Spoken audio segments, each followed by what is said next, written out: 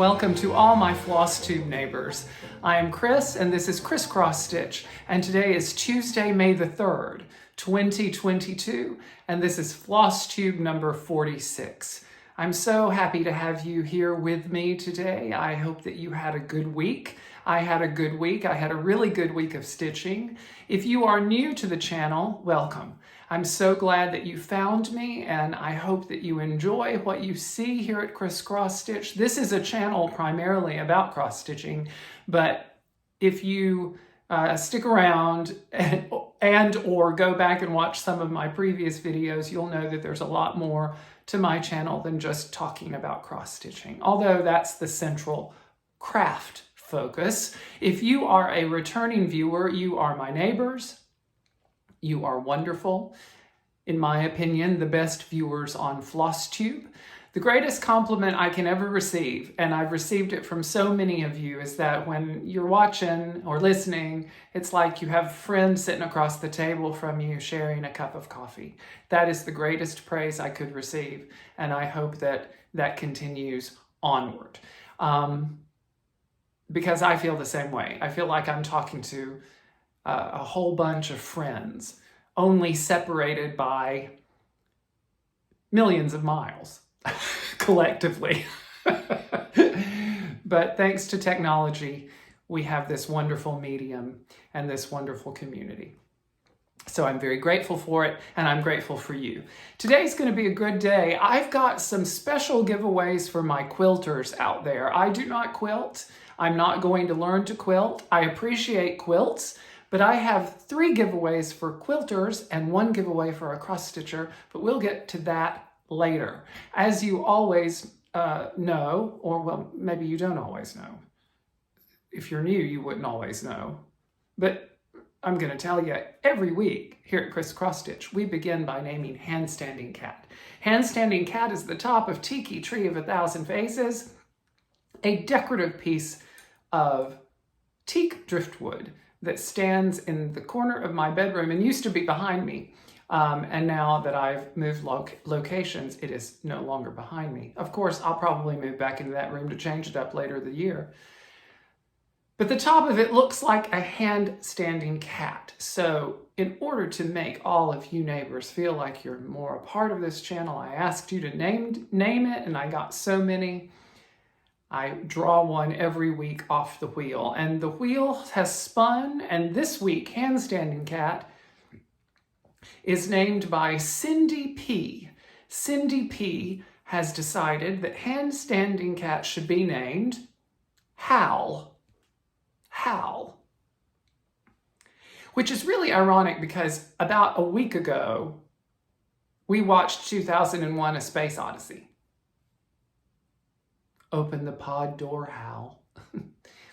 So, Cindy, I don't know if that's who exactly you were talking about or if that was the reference you were making. I hope you didn't misspell. See, I spit. Did you see that? I just spit. I was projecting. I was enunciating properly for the stage or performance, and I spit. I don't know if you were meaning to reference 2001: A Space Odyssey, Cindy, but if you were, and if you weren't, and that was a misspelling of Sal, oops. But thank you so much for naming Handstanding Cat this week, Hal. Hal. Open the pod door, Hal. I can't do that. I can't do that. I'm sorry. And now on to the cross-stitching. I had a good, productive week of cross-stitching after several weeks of that not being the case.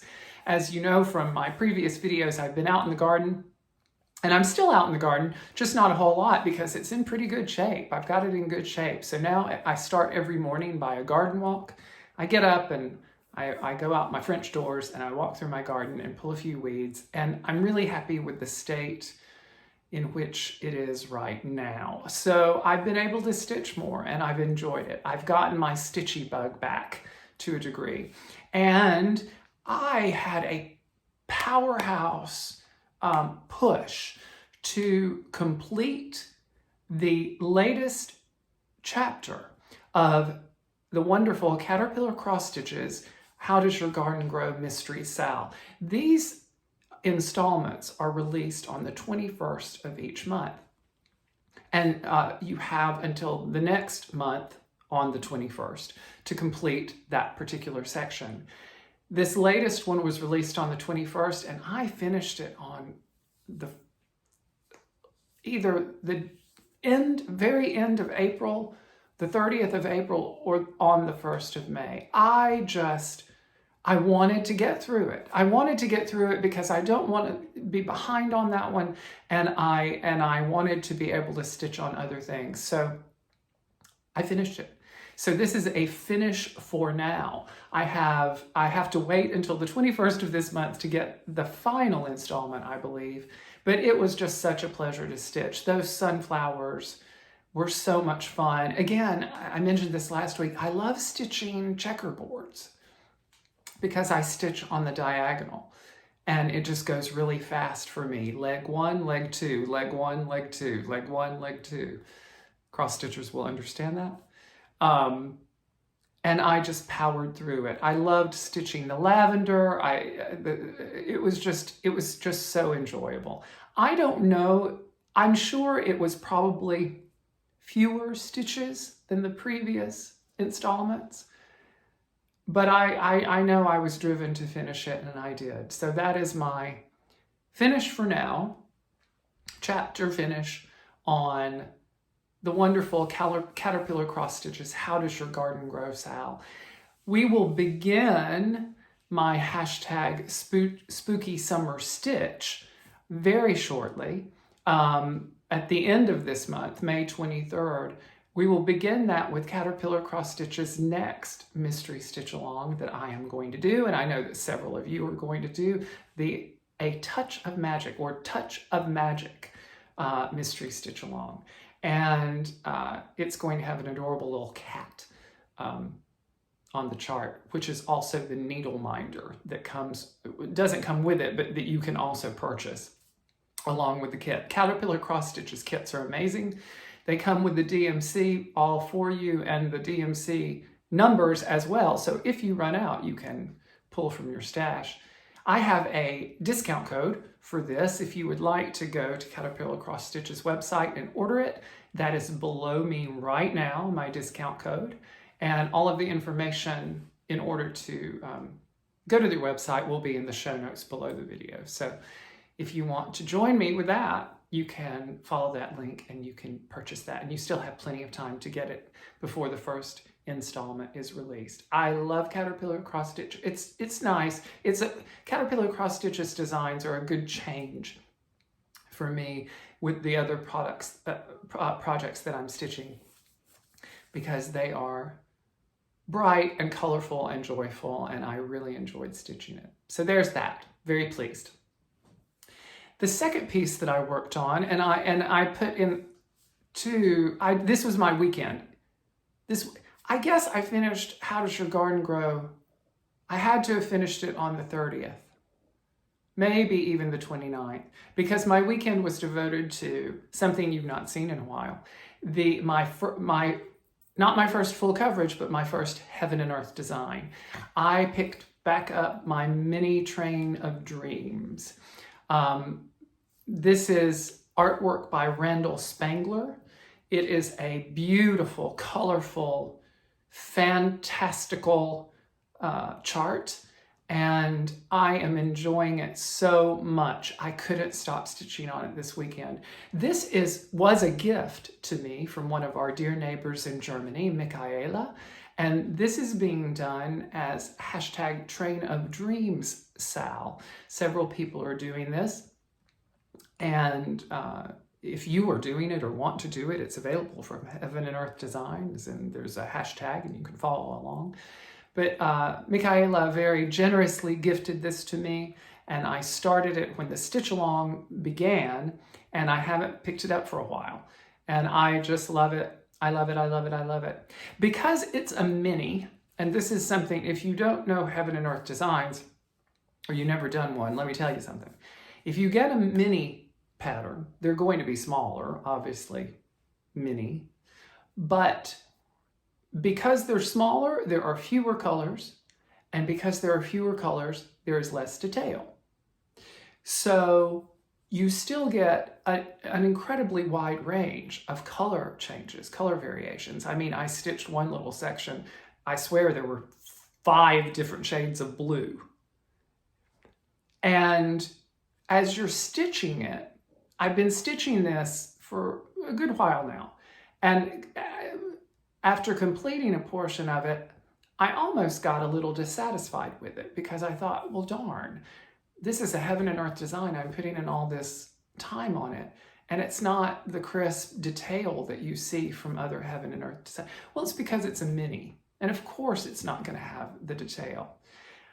But over the weekend, as I got more done on it, and I sat back from it, I noticed that when you step back from even a mini, it's better. It comes into focus, and the way your eye processes it, you can see the detail. You make up, your eye and your brain makes up for what's not there. So I'm so pleased with it now.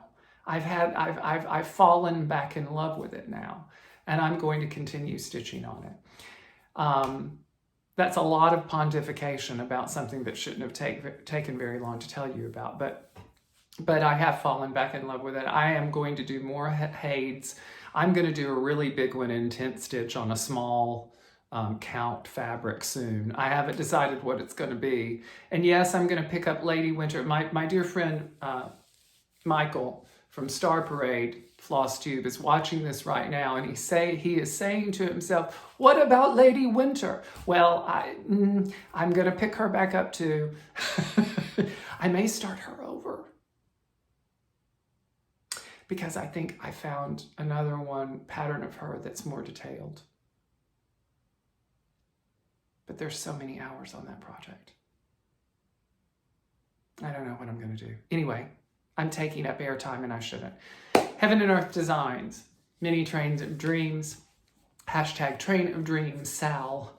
Thank you, Michaela. I'm loving it more and more the more I stitch on it. I really appreciate it. So normally, I would be doing a Chris's Toy Chest or a Neighbor's Corner or something along those lines, but I decided, what the heck, it's time for story time with Chris again. Last week, I referenced snakes, and I had a couple of people comment on snakes, and it reminded me of an actual snake story that I had when I was in high school, and I decided I would bestow it upon you today. I don't like them. I've always been afraid of them. My mother was terrified of snakes. I mean, she couldn't even, if one came on the TV, she would scream. Granny was completely unfazed by them. She could chop up a snake in the backyard with that hoe quicker than you could spit on the floor. Bam, bam, bam, bam, bam, million pieces. Granny was unafraid of snakes. I didn't encounter many, although I saw, I grew up in Alabama. And throughout even though, I was around that creek and I saw water moccasins every now and then. But I was all in the woods in Alabama growing up and, playing and all kinds of stuff. And I know I probably ran over the top of a million copperheads, but I never knew it. And I never got bitten by a snake. But in high school, I did have a rather strange snake experience. So, gotta explain just a moment.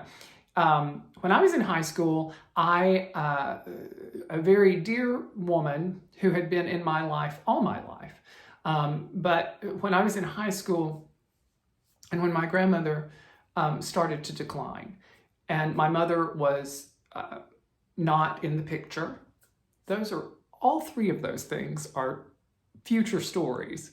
But this dear friend, whose name is Marilyn, and everyone calls her Mo, she came into my life as my mother, as my surrogate mother.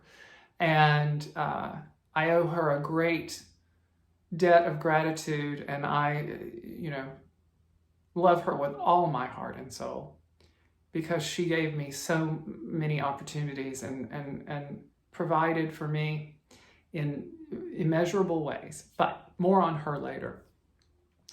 But in high school, I was painting lattice one day at our house, at Mo's house, what I referred to as my house when I was in upper high school. And we had a florist, she had a florist, and I was painting lattice for the shop, white. And there was a big, beautiful oak tree next to our house. And I had black tarp, plastic tarp, down on the ground. Big sheet of tarp with my lattice all laid out. And this was in the 80s and it was old school. I was in Alabama. I had a brush. I was painting that lattice with a paintbrush, not a highfalutin sprayer or anything like that. And I was just going to town. It was a hot summer day. And we had a dear friend of ours. He was a few years older than Mo, and not that much older than me.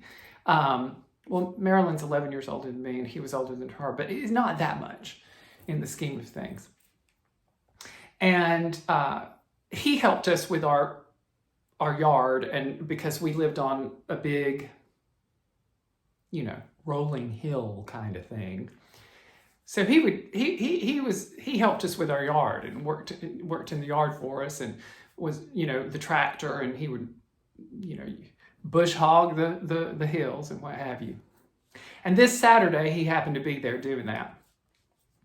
And so I was painting the lattice, and I noticed that I kept hearing this drip. Drip. Drip. Drip.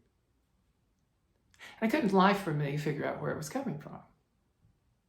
And then I noticed that it was the sound of something wet hitting the plastic tarp.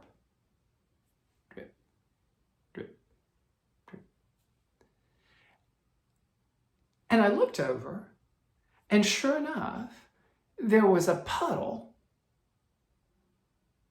on my tarp. And it was kind of clear.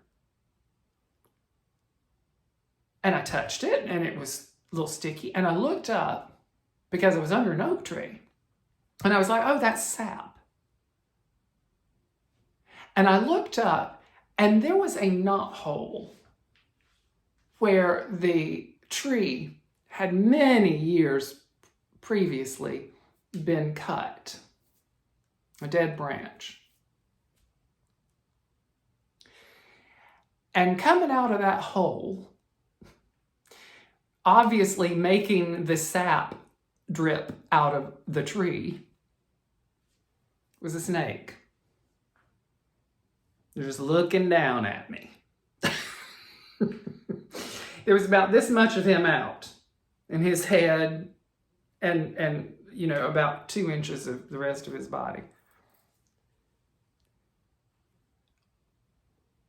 Will you talk about holler? I screamed the scream that knows no sex, and I couldn't tell what kind of snake it was. I didn't care. I hightailed it out from under the tree and immediately screamed for our buddy to come on the tractor. Everybody called it. When he was a little boy, he turned a big bowl of spaghetti and meatballs on his head when he was a little toddler baby, and his mother nicknamed him Meatball. So we all called him Meatball. So I yelled for him, Meatball, and he and he heard me. Of course, I think they probably heard me in Mississippi, but he came on the tractor running, and he, what's the matter? And I'm like, look, and he ran and he got the shotgun and came back and aimed and shot the snake. And the snake didn't come out. He hit it. I was amazed because I don't do the gun thing, but at all. But he was proficient, and it was just a little .22 rifle, but he hit it, and that thing right back in the hole, or at least we thought he hit it.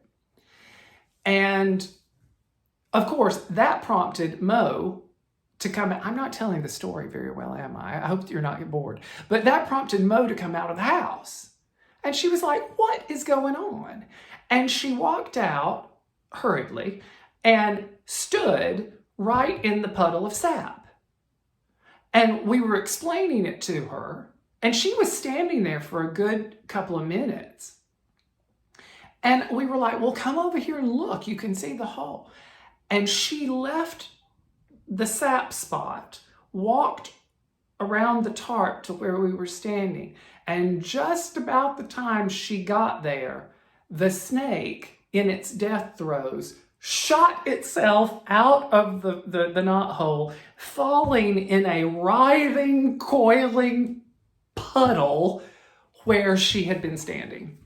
And that was all I could take. I went running. And they laughed at me. And well, it startled her too. It was a big, long gopher snake, a rat snake. It wasn't poisonous, but it was about that big around, and it was enormous. Snakes are big in Alabama. Those kind of snakes. I think I had to lay down after that. It was rough. But yeah, that was my closest encounter with a snake, and I'll never forget it. And I'm very grateful that Meatball was on the tractor, and he was able to come and rescue me. We laughed about that. But I guess here's the moral of the story.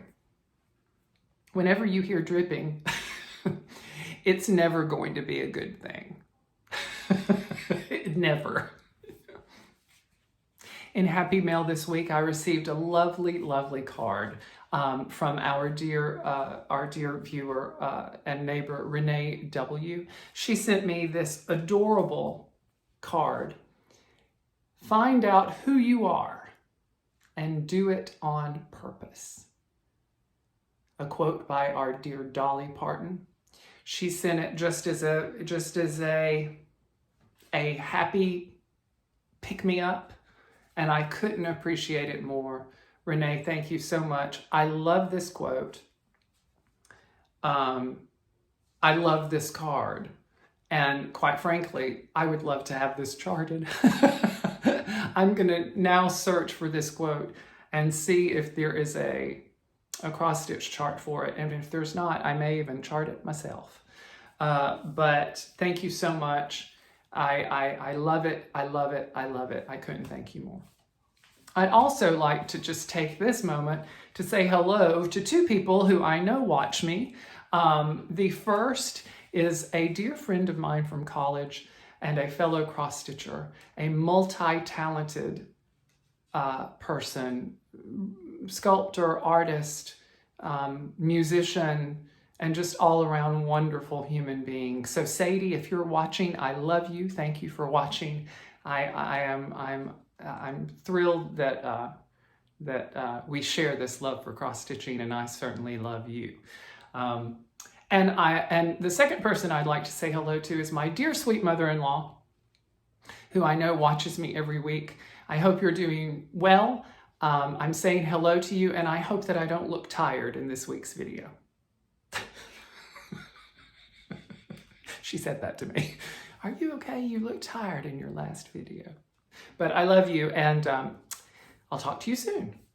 I have 3 giveaway winners to announce from the wonderful charts that I showed last week. The first being Ronnie and the Bees. I believe that's the name of it. Yeah, Ronnie and the Bees from Stitching with the Housewives. A very popular chart, and many of you wanted this one. The winner is Margaret Hughes. Congratulations, Margaret. Secondly, we had lavender tea. Lavender tea. This is a beautiful, beautiful sampler. The winner of this, my dear friend Rose from Grandma Rose's Homestead. I'm so tickled that you got this one. And Grandma Rose, she's just the most delightful person. The most delightful neighbor we could possibly hope to have. So congratulations to you. I'm so thrilled that you got this, and I can't wait to send it to you. And lastly, the most popular from last week was this beautiful, beautiful chart. The key word for this one was needle worker. And the winner of this one, our dear neighbor, Joanne Pacheco. Joanne, congratulations. Congratulations to all of you. Please send me your address, your mailing address, to the email address below, crisscrossstitch@gmail.com. Make sure that you put all 3 S's in the email address, and I will be sending those out very shortly. Congratulations. And now we move on to this week's giveaways. This week, all of the giveaways are provided by the wonderful folks at Fat Quarter Shop. They're just so great, and I know probably all of you are familiar with them. If you're not, you should definitely check them out. Links are below to Fat Quarter Shop. But they provide a tremendous amount of quilting and cross-stitching wonder throughout the year. And the first 3 giveaways are actually quilt patterns. Now, I'm not a quilter, so when they send these to me, I am so happy to show them to you, tell you about them, and offer them up as giveaways. So the first is a small, this is a very, I don't know if it's going to be a small quilt, but it's a small pattern, of course, by It's So Emma. This is a design by Sarah Price. It is called Away We Go. And I'm gonna put up a photograph of it so you don't have to work with the glare. Away We Go. The finished quilt says it would be, finished size, 45.5 inches by 45.5 inches. So that's going to be a smaller quilt, like a child's quilt. The key word for this is going to be away. Away, A-W-A-Y. Next, we have a much larger quilt, and this is gorgeous. Again, It's So Emma. This is coming from It's So Emma at Fat Quarter Shop, and this is designed by Crystal Stahl. This is poinsettias, and this is a gorgeous quilt. This is a gorgeous quilt. Again, this is a full-size quilt, 54.5 by 69.5 when this is finished, if you do it according to the pattern. The key word for this is going to be poinsettias or poinsettia. I will take either. Poinsettias. The third quilt pattern, this is a Christmassy quilt pattern, but I wanted to go ahead and offer it up because, you know, you could start it now and finish it by Christmas. This is great. You have this, again, It's So Emma, designed by Angelus Tucker. And rocking around, and you can see it has the 3 different color variations. Of course, I'm sure with quilting you can do whatever fabric you want. Rocking around, and the keyword for this is going to be rockin', R-O-C-K-I-N or I-N-G, however you put it. I will take both of those as well. Rockin'. And lastly, the giveaway for my cross stitchers. These are the wonderful, also by It's So Emma at Fat Quarter Shop. These are their stitch cards, the small stitch cards that they do. This one is a set called Baked with Love. Baked with Love. Let me show it that way. Or maybe that is the right way. No, that's the right way. Baked with Love. And there are 4 different designs in this one. There's a mix master, a mixing bowl and a spatula, an apron, And then of course the pie with the mittens, just adorable. And the key word for this is going to be bake, B-A-K-E, bake. So as with all of my giveaways, please be 18 years of age or older so that I can ask you for your address. Please subscribe to my channel. Please like the video. And don't use any words that might draw searchers for freebies to the comments, such as winning or prize or what have you.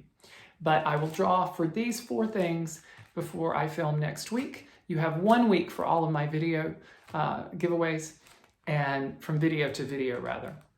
And I will announce those next week. Thank you so much for being with me this week. It was a little bit of a shorter video, I know. Next week is probably going to be a little bit longer because I'm going to be stitching on more things over the course of the coming week. I'm going to have more to show you. I'm pulling out some of the whips. I'm going to be working on some of the whip go board projects. And as I said, I have my stitchy bug back now, and I'm inside a little bit more, so I will have a little bit more to show you. But I hope you enjoyed the snake story today. I hope you enjoyed the brief break. I hope that you are chrising it up in your life, meaning focusing on a moment of joy, something that brings you happiness when you're down. I certainly do, and you are part of that for me. So thank you for being with me. Have a wonderful week. Have a wonderful week of stitching. Stay healthy, stay happy, and until next time, take care. Bye-bye. Hello and welcome to all my Flosstube neighbors. I am Chris and this is Xrossstitch, and today is Tuesday, May the 3rd, 2022, and this is Flosstube number 46. You know, when you brush your teeth right before you do a floss tube and then you start to speak, your mouth fills with spit. I was talking last week about about proper elocution on stage and that one usually sprays. I hope I don't take out the camera with my freshly brushed mouth juice. That's gross. We're gonna start this over.